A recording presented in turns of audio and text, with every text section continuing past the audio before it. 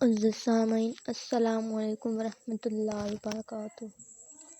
سامعین کرام، جیسا کہ آپ سب جانتے ہیں کہ درود شریف جو ہے وہ اللہ تعالیٰ کی سنت ہے۔ اللہ تعالیٰ نے نہ نماز پڑھی ہے، نہ روزہ رکھا ہے، نہ حج جو ہے وہ ادا کی ہے، بلکہ اللہ تعالیٰ نے جو ہے کام کیا ہے وہ صرف ایک ہی کیا ہے کہ وہ اپنے محبوب نبی کریم صلی اللہ علیہ وآلہ وسلم پر درود بھیجتا ہے، اور جو اللہ تعالیٰ کی اس سنت پر عمل پیرا ہو جاتا ہے تو یقین جانے کہ وہ فرشی ہو کر بدرشی بن جاتا ہے۔ اور درود شریف جو ہے یہ پوری کائنات کا وظیفہ ہے۔ اللہ تعالیٰ کے جتنے فرشتے ہیں وہ سب ہی درود پڑھتے ہیں، اور باقاعدہ 70,000 فرشتوں کا قافلہ صبح سے حضور پاک صلی اللہ علیہ وسلم کے روضہ اقدس پر پڑھتے ہیں، اور شام کو پھر 70,000 جو ہے دست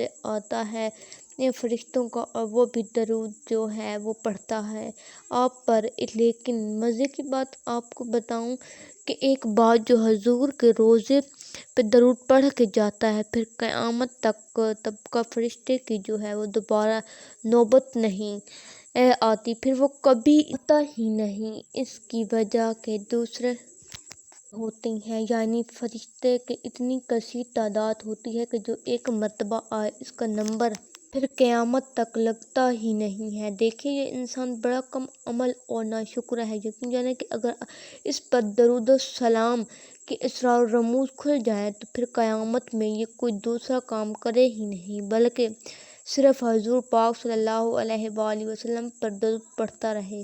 جن پہ اسرار کھلتے تھیں تو ان کا ہر لمحہ اور صبح شام کا وظیفہ بھی درود شریف کا جو ہے وہ باقاعدہ ہوتا تھا۔ جس طرح ایک صحابی نے بھی حضور علیہ الصلوۃ والسلام کی بارگاہ اقدس میں عرض کیا تھا کہ یا رسول اللہ، میں آپ پر کتنا درود پڑھوں، کیا آدھا حصہ جو ہے وہ آپ پر درود پڑھنا شروع کر دوں؟ آپ نے فرمایا کہ اگر بڑھا دو تو اس میں اور آپ کا جو ہے فائدہ۔ اس نے کہا ایک حصہ؟ آپ نے فرمایا اگر اور بڑھا دو تو پھر زیادہ فائدہ حاصل ہوگا۔ اس نے کہا کہ حضور پاک صلی اللہ علیہ وسلم، آپ پر میرے ماں باپ قربان ہوں، کیا میں سارا دن ہی آپ پر درود پڑھتا رہوں؟ تو آپ نے فرمایا کہ مبارک ہو، اگر تم ایسا کر لیتے ہو تو تمہارے لیے اللہ ہی کافی ہو جائے گا۔ تمہارے ہر معاملات میں وہ تمہاری غیبی مدد فرمائے گا، تمہارے دکھ تمہارے غم جو ہے وہ دور ہو جائیں گے، اور جنت میں سب سے پہلے تو پہنچ جاؤ گے۔ تو پھر جب وہ ان پر یہ اسرار کھولے، جب درود نے اپنا کام کیا تو پھر وہ رشک کرتے تھے، روتے تھے۔ سمجھ آئی بات کی کاش ہم پہلے سے کیوں نہ یہ درود جو ہے وہ شروع کر دیتے، تو یہ بڑی ایک انمول چیز ہے۔ لیکن بدقسمتی کی بات یہ ہے کہ ہماری جو وہ ہے وہ آنکھ اس وقت کھلتی ہے جب وہ بند ہونے والی ہو۔ تو اگر ہم اپنے ان لمحات کو، ان سانسوں کو درود شریف میں سنوار دیں تو یقین جانے کہ ہم اس مقام تک پہنچ سکتے ہیں جس کے بارے میں اللہ تعالیٰ نے یہ ارشاد فرمایا کہ انسان میرا راز اور میں انسان کا راز ہوں، اور تمام مخلوقات سے میں نے جو ہے وہ انسان کو افضل تخلیق فرمایا۔ دوسری ایک اہم چیز میں آپ سے شیئر کروں گی کہ اب دیکھیں میں نے کچھ دیکھے ہیں کہ جو درود پڑھتے ہیں لیکن درود جس طرح پڑھنا چاہیے تھا اس طرح نہیں پڑھتے۔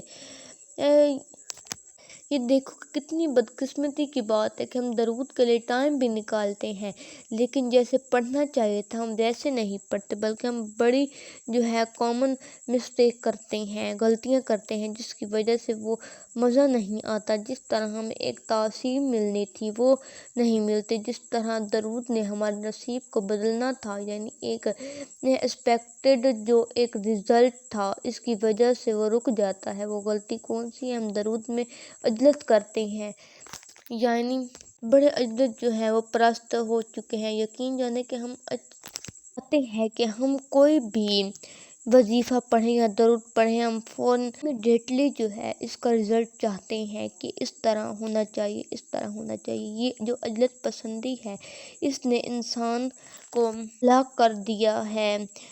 آج ہر بندہ پریشان ہے، ڈپریشن ہے، ٹینشن میں ہے، کیونکہ وہ فوراً رزلٹ چاہتا ہے۔